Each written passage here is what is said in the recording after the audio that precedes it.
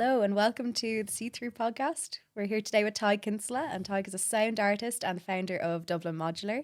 Hello, Tadhg. Hey, How thanks are for having me you? on. Good, not too bad, not too bad. A little bit nervous. No, you're going to be grand. Tadhg, tell me a little bit about yourself and your background. Okay, where do I start? So I started getting into music by playing in orchestras and playing classical music. My mom loved to sing, but she just never got the opportunities when she was younger from her background to get into music at all or get any lessons. So when I was young and my sisters, she threw us into everything she could do, and started off with cello actually first of all, which was nice, and then played for a good few years, did quite well, and then got to around I'd say 13 and started playing percussion. So I was playing in orchestras a lot, and all my friends were actually all the percussionists. And I just liked hitting things anyway. So auditioned to try play percussion, and then started from there. And then went up to college and went to study percussion as full thing in a music performance degree, and did electronics as my second study. And then when I left college, that's kind of kept on working in orchestras, I suppose.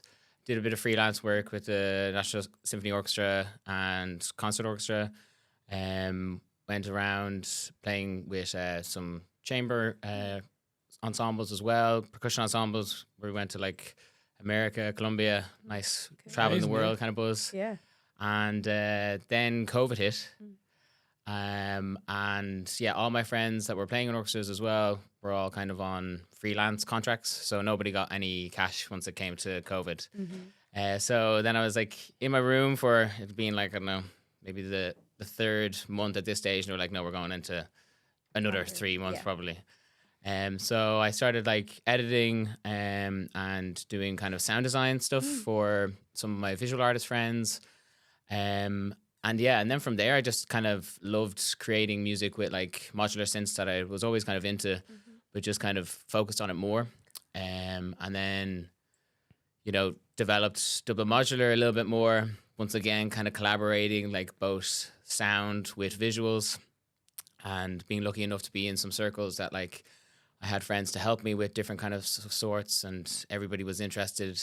And once things kind of opened up after COVID, then we kind of jumped into doing more so events and kind of experimenting with the cultural scene here, I suppose, and trying to figure out what spaces we could use to do what is probably already being done in the city, but maybe in more alternative places. And that one in itself is where we kind of find a lot of the excitement of the modular events.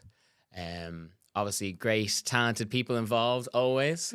But it's a lot of work is put into trying to find somewhere that you can't go every week, or maybe doesn't stay with just the same thing. So we might take over an art gallery, for instance, and do both a gallery and music. So we're kind of mixing up the arts elements.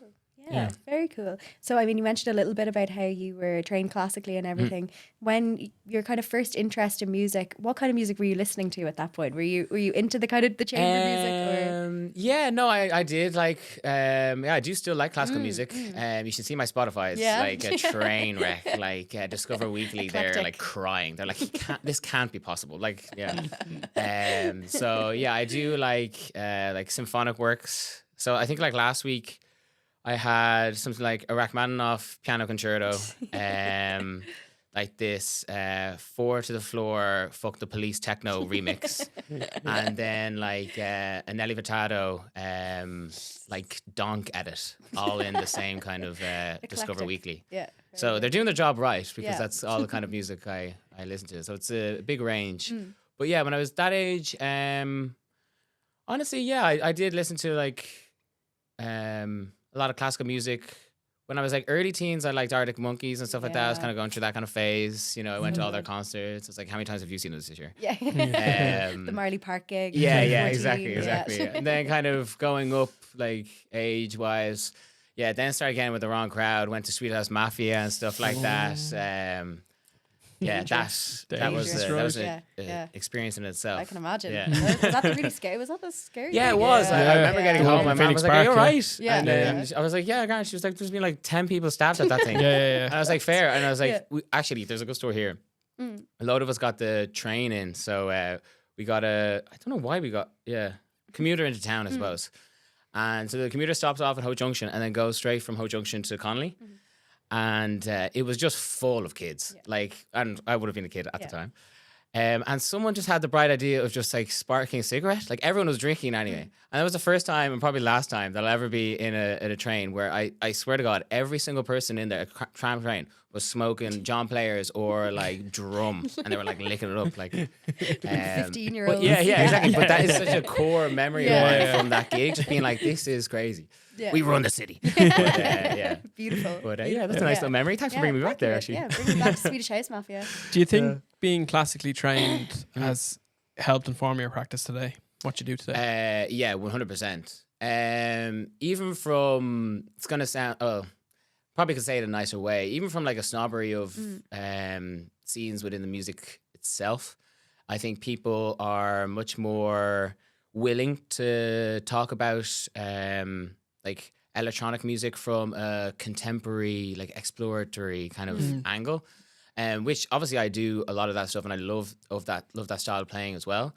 But I also love the kind of night scene and like the culture that comes in with that, which is it is.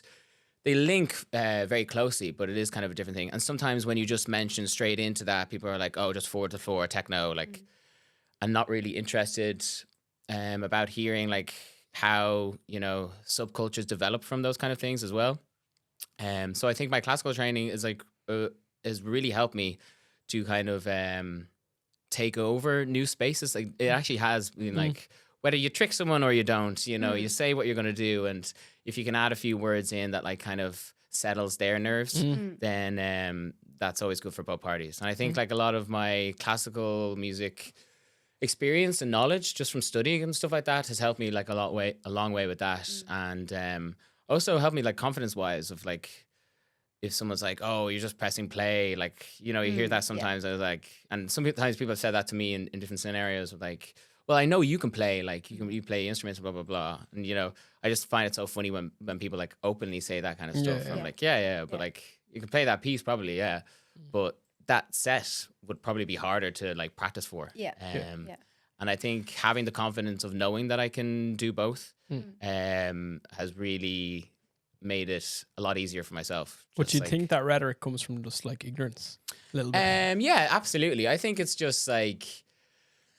I mean, it is so easy because there's such a wide range again within like the nightlife scene, where people like, you could say like trad fusion with like, there's like a lot of people that are doing a lot of cool stuff, like, which includes electronics within the trad scene, and like that's all nighttime stuff. You hear people just listening to like donk music, which like, if you've never heard a style of music or you don't really know what the whole kind of community sense about it is, it can be just like, what is that noise? And then you're going to parties where people are literally listening to noise for like 5 hours straight. There's no beat. It's just like a static television. So I feel like maybe from a certain generation that brings back some like nightmares of like not getting the TV to work and stuff like that. Maybe it has something like connected with that. But channel off air, like exactly. I think like ignorance in a way, but I also think probably too strong of a word. Maybe just like, they need to be shown, and they want to experience. Lack of experience, I suppose, more so than anything. That's probably how I describe it. Yeah, so beyond the kind of playing of music, I mean, can you talk to me a little bit about how double modular came to be? Came to be, yeah. So this is like kind of like double modular has actually been longer in existence than anyone imagines, just because I suppose it has been very modular, and I've taken away bits and added bits at different times. It originally started when I was in college, and I did the classic Berlin for a summer. Of course. And I was living in where was I living? Kreuzberg, and I was living just down the road from a modular stop. The U-Bahn station was Mehringdamm, and I'd get the U-Bahn down to Cotti, And right there was like this huge store that had like all like hardware, anything you could think of like that was an electronic instrument, they had it. So you could like demo it. So I was just going there like most days, like practicing all the gear. I had done a little bit of modular at home, but there's no shops here. So it was really exclusive and difficult and expensive to get into at all. So actually that summer really helped me to be like, oh, this is actually more so what I need. And like, I can actually do it cheaper if I buy it secondhand. And getting all those little tips. So when I got back home, I was like, well, we could just do that here with everybody that has a modular synth or has something similar at home if we just met up in a certain place. And that's where Double Modular's first events started from. So that's where our meetups, sometimes we do meetups still today. That's where the meetup idea came from. That was the original thing, just bringing people together. So you could try someone else's gear, so you didn't have to buy it and waste a load of quid and be like, I'm never doing that again. Because like that happens, like it's happened to me, it's happened to so many of my friends. You buy something and then you don't like it, but it's just not the right one for you. And you're like, after you're like, fuck this, I'm never doing any of that music stuff again. My parents were right. God damn it. I should have went to law school. Yeah, exactly. KPMG, please give me a job. But it was kind of like to tackle those kind of things, give the idea of that there was a shop that you could like try out things, but maybe it was just like a pop-up. So that's why we did it like that time, we did it a few times a year. And I was studying in the Royal Irish Academy of Music at the time, and it was just lucky that I had that hall to be able to use, and they let me use that hall, so it was kind of nice of them.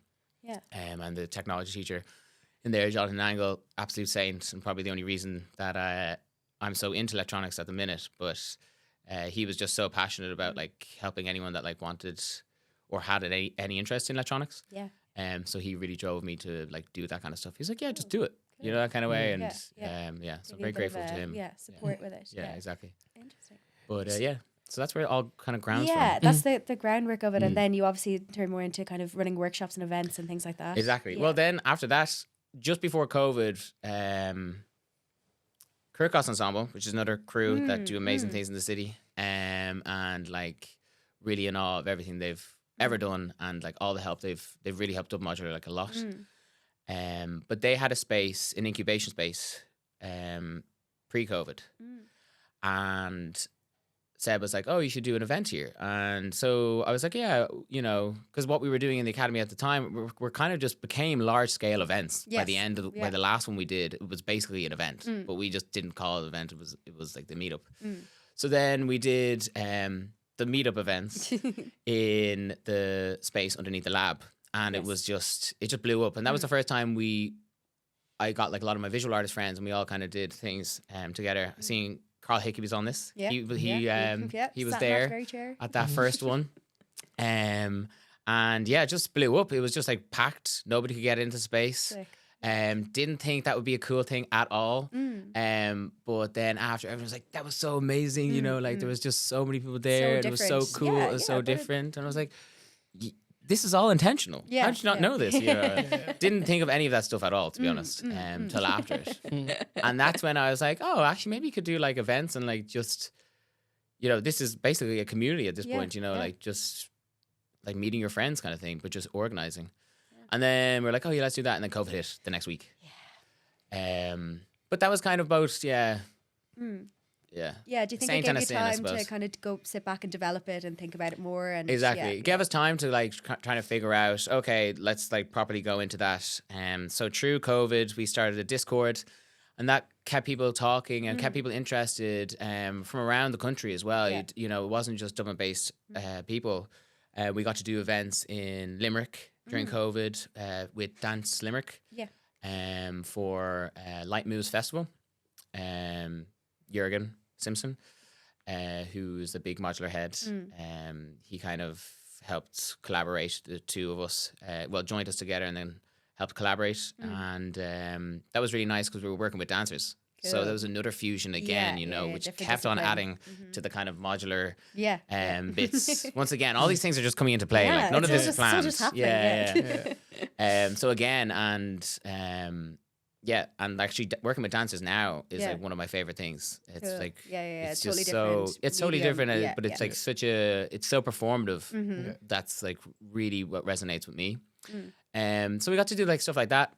Another thing, Hannah Miller runs a festival, like classical contemporary festival that in our farm, and we got to do that kind of in between like the COVID areas. Like it was just all right. Like everyone was outside and stuff like that.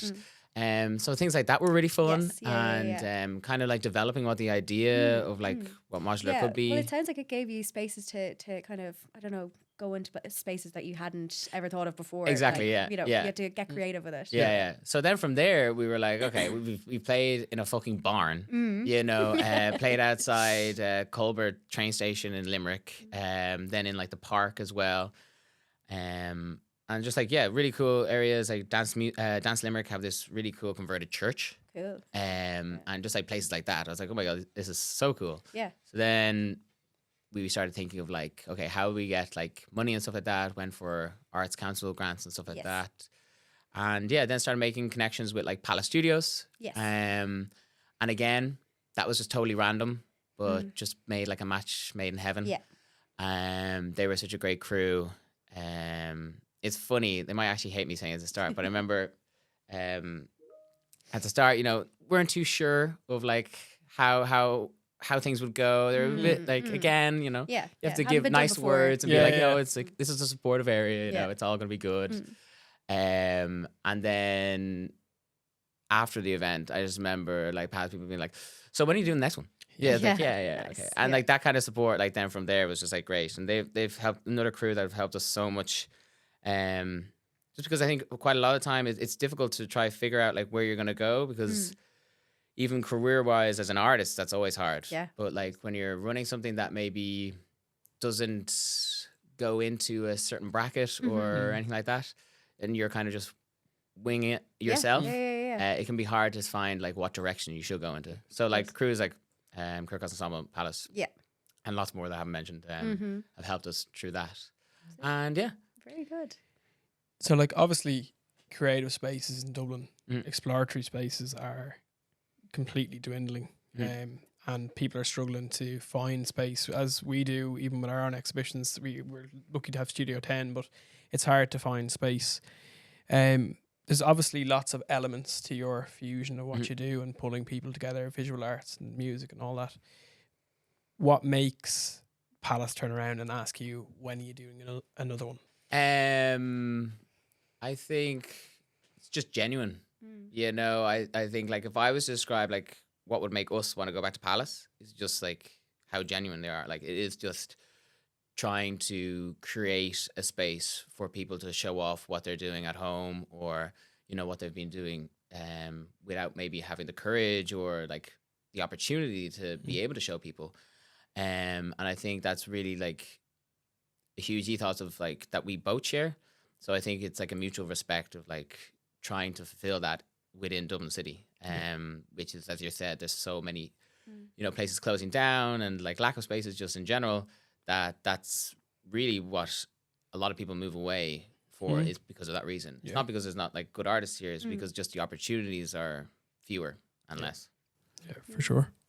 So yeah, I mean, you've spoken about the modular elements of Dublin Modular, in that you're always adding and kind of thinking of different disciplines that you can bring to it. And recently you ran a kind of all-day festival in the Smock Alley Theatre. So you had kind of talks, workshops, and then live performances on all day. So when you're running an event like that, and I was there, so I know how incredibly organised you were, how do you manage to stay so motivated and on top of everything when you've got such an ambitious project?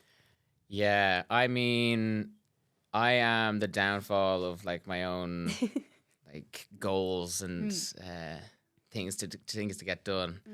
I just I don't think I slept for like the week before that. Honestly, if I was to tell you the truth, it's just I'm a very manic organizer, but I do get everything done. I'm someone that will like, if I say I'll get something done, I'll get it done. Yeah.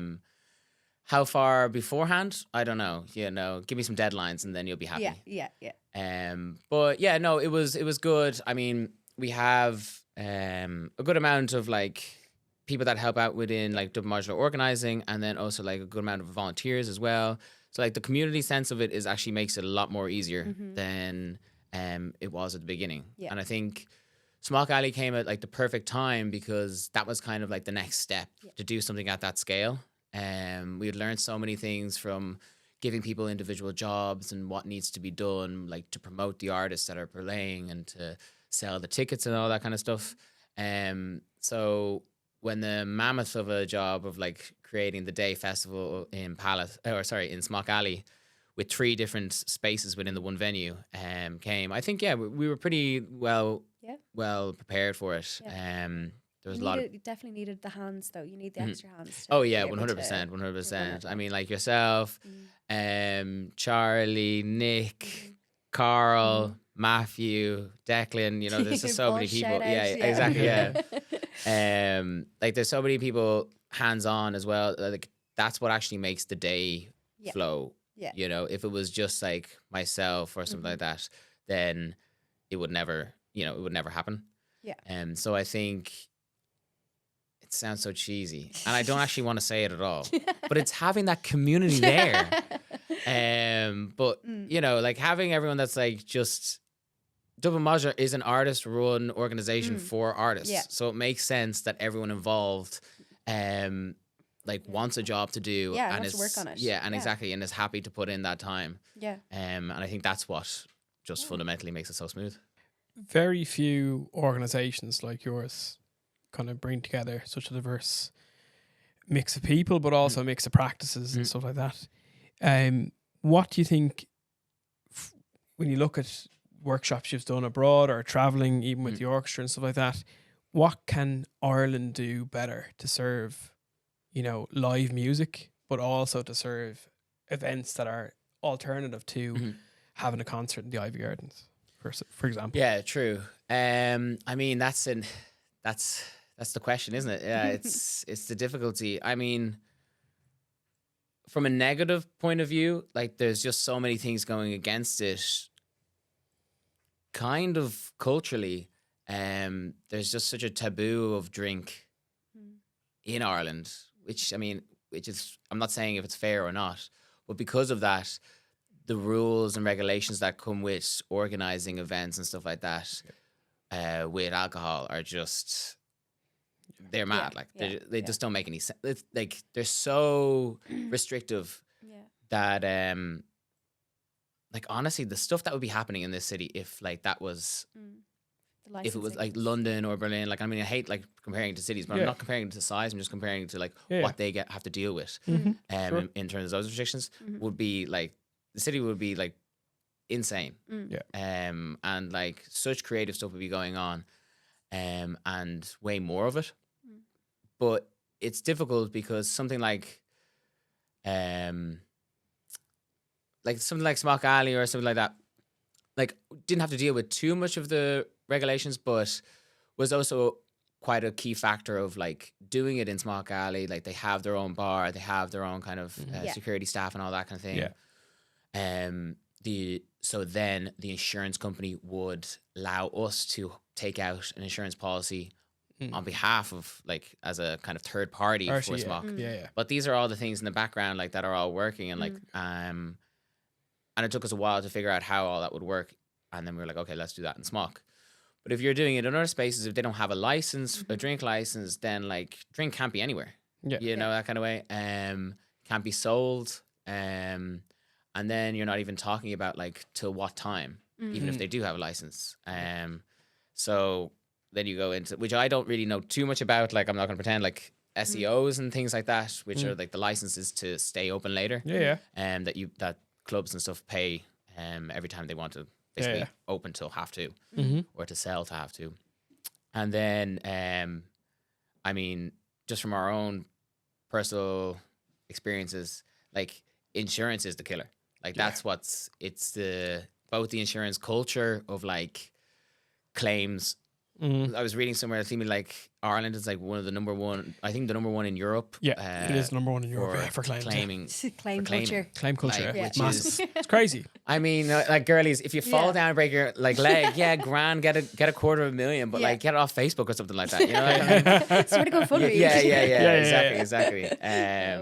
Or do a GoFundMe. Like I'll do a GoFundMe for like no problem. Like Double Marshall will post that and we'll try to get some money for you. But share it. Yeah, exactly. Yeah. But people don't think about that though. Exactly. I think people think of themselves rather than thinking of like, you know, this actually contributes to the system. Affect the people organising it and everything else. Like exactly. 100%. And that's one of the like kind of sad things, but it's just the way it is.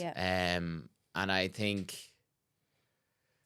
the insurance companies themselves, like even when you're like dealing with like what are meant to be like artist, specific insurance companies and stuff like that, and they're like, wait, what are you? You're gonna have to write this down. You have to write like pages upon pages of just like to describe what I literally just said in a sentence. It's the exact same thing. I'm just like telling them exactly what they're doing. And they're like, oh, okay, yeah. And then like, what exactly is each artist going to be doing? I was like, well, it could change, but like, this kind of thing. And there's just so much information that you have to like do to like properly do it by the book. It just makes it so much more difficult. I mean, obviously you can not do it by the book, but again, you're running the risks then. You're putting a risk onto the organization that you've created and you've made, 100%. So yeah, I think from a negative point of view, there is no changing it. No, no, that's just the negative parts. But to go back to your question of like, what do you think is needed? I think like awareness of that is definitely needed. Because a lot of people don't understand that like that's a huge part of why people aren't like running bigger things. Yeah. Although this weekend, like in terms of like electronic music, it seems to be like one of the biggest ever. Yeah. Which is like really good to see. And like also like the different kind of I suppose communities within the like electronic dance scene as well. As being like a big part of maybe the queer side of that. Like I wouldn't really go to like some spots. I won't name names. But not that it's a bad thing. I just probably wouldn't, wouldn't be there. But it was nice to like actually see like friends that I have from loads of different parts or different scenes within electronic buzz. And like loads of people were at the like boiler room thing and having a great time, and that looked amazing. And like amazing. The production of that was massive, insane, like so it's cool to see like Dublin has gotten to a scale now where there's actually probably so many subcultures within electronic music that they can do something like at that scale now. And also another way of bringing everyone together, which is really cool. So it's nice to see that on everyone's Instagram stories this weekend. Yeah, big time. That does kind of buzz us. And kind of on that note, is there any events you're kind of looking forward to most in the next couple of months? In the next couple of months, can it be my own event? Yeah. No. Shameless plugs are allowed. What am I doing? Playing an event tomorrow, but this is probably going to be out. Be out, yeah. In the Douglas Hyde, so I'm excited for that. Oh, fabulous is space! Is that one of the late night kind it of? It is, So Bill Harris, or Bull Horse, is creating a night there. So I'm actually doing live electronics with Nick Libra or Nick Nicolau. Yeah, that's his full name. And so we're doing a performance piece. And there's a few other artists as well. So that'll be a nice buzz. Yeah.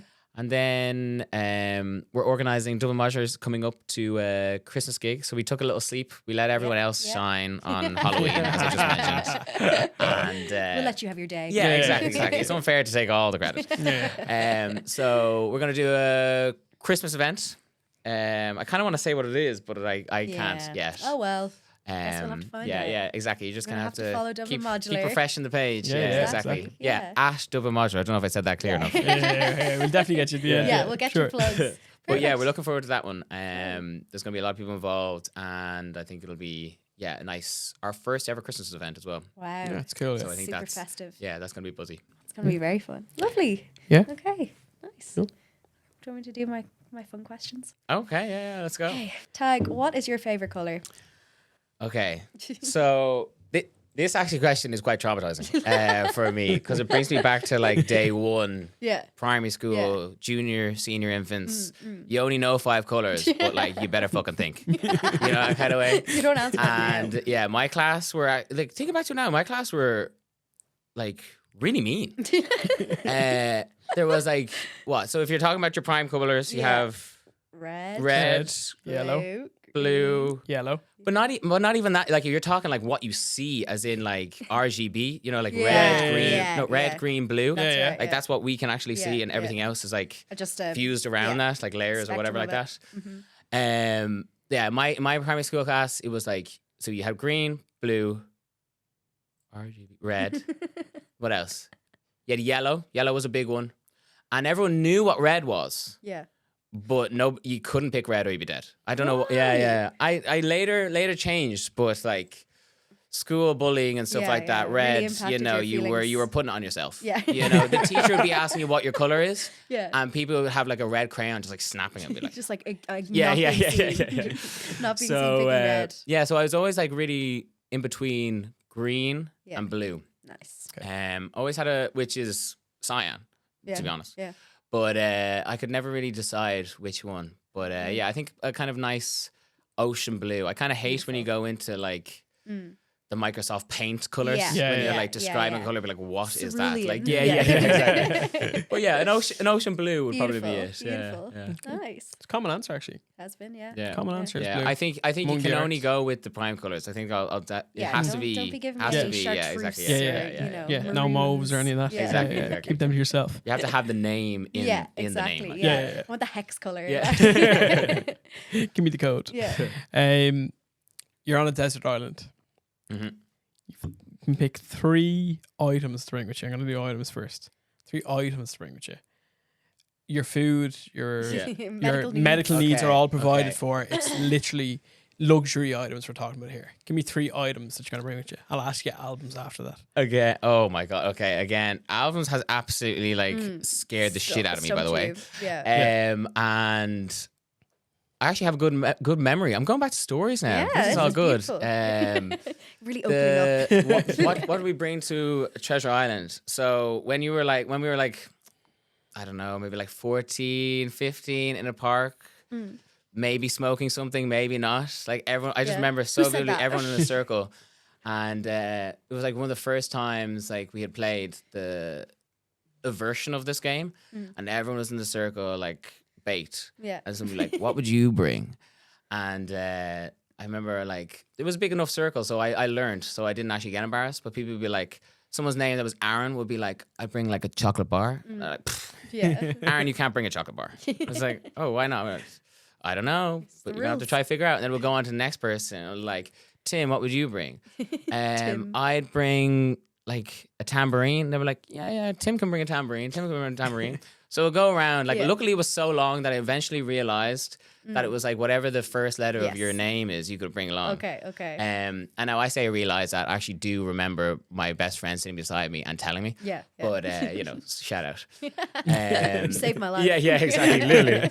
And you should have seen me after that. I was a tyrant. I was like, Alison, of course you couldn't bring a fucking triangle. Jesus Christ, are you stupid? Yeah. But I used to always say I had like 3 things: a tiger, which was crazy to bring Yeah. a tiger. Well, protection, maybe. yeah. you know. Tea. Nice. Never drank tea a day in my life. Probably never will. And a telephone, which to me is not Smart. your mobile. It's like a Yeah, house phone, you know, that kind of way. So, never got bullied for it. But yeah. But you had the answers on wouldn't- deck. Yeah. Yeah, If I I could, respect that. yeah. If I could bring anything today, yeah, Jesus. Yeah. I would bring my mobile. Yeah. I would bring water supply. I mean, if you're gonna die if you don't have water. Actually, no, I bring sparkling water. Sorry, boozy bitch. Yeah. Sparkling Yeah. water, definitely sparkling water, and then a little treat. Slay. I don't know, bring me something else. Love that. Love So that. what 3 albums then? Oh, albums! Oh my here we god! go. Honestly, this is so bad for me, and as like a working musician / sound artist and stuff. I'm gonna say I'm the worst at albums, like knowing the names of albums at all. Like Yeah. I can maybe get the covers and stuff, Yeah, some things. Yeah.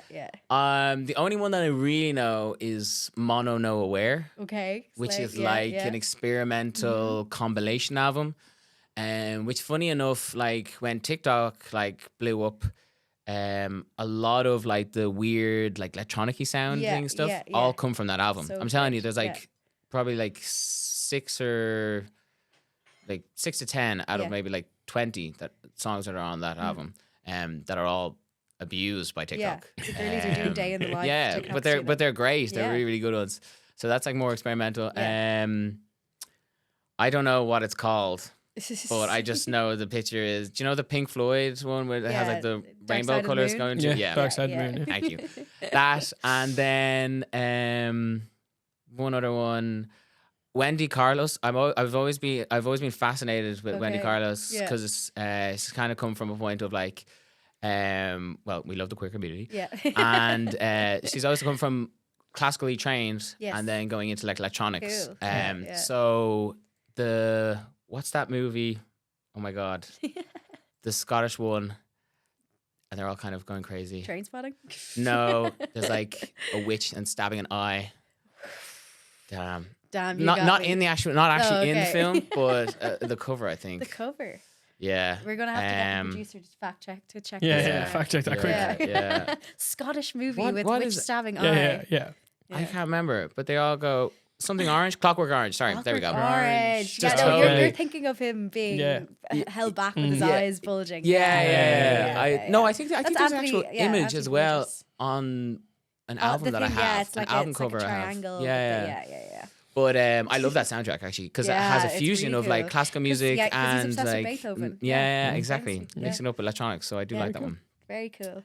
Nice. It's a shame it took Um, me like 10 minutes to figure out what the name was. We but got it was there, more we the got movie, there. so Yeah, not so yeah, much yeah. the soundtrack. We got there. What's your death row meal? Oh my God. Okay. I feel like I'm just throwing shit out. Yeah, at this yeah, point. do it. Death row meal. Okay. Again. Don't know if anyone's been to Malahide Village, but there's a Chinese takeaway called Green Cottage. And if you ever go there, get the satay sauce. You don't even need anything else, really, to be honest. You just drink Just that a out of the spoon, cup, yeah. and out of the cup, and I Yeah, swear to yeah. God, it's the best thing you'll ever have. Delicious. It's not satay sauce, so don't go in there thinking it's satay sauce, but it's called that. Nice. It's something they've just Their devised out of their variation. own kind of, I don't know, whatever. But it's absolutely amazing. And I'd get that have to get a spice bag with it Of probably. course. And then I really like my sides or Mm. like sweets after. So I'd have a can of Dr. Pepper. American style. So this is gonna sound bougie. American style Cheetos. You know, like the big bag Cheetos, yeah, but like yeah, yeah. thick. Yeah, Like yeah. they're not the ones you get here, which are like Flimsy. yeah, exactly, like twigs. And like you're eating a block of cheese, it kind of tastes like them, and finish it off with a single American style Camel Blue cigarette. I don't know if you've ever had a Camel Blue cigarette in Europe and a Camel cigarette in America. Totally different. Yeah, worlds apart. Totally Yeah. different. Like you're literally eating a chocolate bar. It tastes like chocolate. The American ones are chocolate. So I wouldn't actually smoke them here, but like Yeah. in America, yeah, chain smoker. Give me one of Yeah. them. Nice. Yeah. And that would be my That's that'd be my your. finisher. That's a nice way to go out. Respect that. Is there a person who has most impacted your work and your practice? Person that most okay. This is a tricky one. Yeah, I mean, there's quite a few people from just like a performative element, like looking at percussion. Like Evelyn Glennie, is a great like solo percussionist, who's totally changed like the scene of like what percussion was, which was always quite like at the back of an orchestra, just like helping, you know, like add elements instead of being its own thing. Yeah. And she really made it become like mainstream in a sense of like percussion was a solo instrument and its own thing, and it could be just like as virtuistic as any other instrument. Yeah. So I have a lot of respect for her. And also then how she like kind of experiments with sound, being kind of, I think she's half deaf or something like that. But she has like a hearing impairment and like she always describes how she kind of like feels music in a kind of different sense. So I'm always kind of very interested in that style, which is something I could try to kind of like grasp through. So I'm dyslexic, so sometimes when I'm doing like sound pieces, I like to have like visual aids, both for myself and like audiences. So quite a lot of stuff I've done, I like develop my own film, and I do like a lot of photography, and that'd be one of the reasons why I do that. And I've done like Super 8 films and like done the soundtracks and stuff like that. So I like, really like that. And then going from the Super 8 stuff, Jonas Makis, who is like the godfather of like cinema, I suppose, and but like Fluxus movement in New York, I just think that's like the coolest thing fucking ever. Like that crew, like that would be like my goal of like 50, 100 years time, someone being like, that double modular crew, like it was so cool what they were doing. I was born in the wrong Yeah, generation. exactly. But like if you watch the Beyond Us Mac, it's like home films. That's what I really love. Yeah. And it's just like him walking around New York and stuff like that. Yeah. And like that's not even going into like his life of like he's like Lithuania and stuff like that, and he emigrated during the war and stuff like that. Like fled Munich or something like that, and then emigrated to like America with his brother. And like his crews were doing like really cool like movies, and I think there was one movie I think it was like certainly raunchy or something like that, and the police like stopped the showing of it in some thing. I was like, what a story is that? Like that's amazing. You know, that's how cool is that. It was really class. So yeah, and I think it was like homoerotic. I think that's why it was kind of stopped. Yeah. But yeah, very Influential. yeah, Very another person that I cool. admire. Thank you so much. Cool. That's No worries. amazing. Yeah. Thanks, man, for coming on. Yeah. Cool. So, Tadhg, you mentioned you've got events coming up before Christmas. Where can we find you? What? Love give us it, your love it. This plugs. is my favorite part. This is my favorite part. Yeah. So we've very slickly done it. Any social media that you go onto, it's at Double Modular.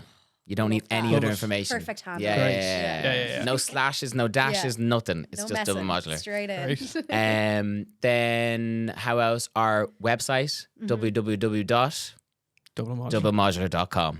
How easy is that? Great. Yeah, no. Nice. And from there, you'll find everything. Lovely. 22nd of December is going to be our Christmas party. So keep that. That's a Friday. That's Yeah.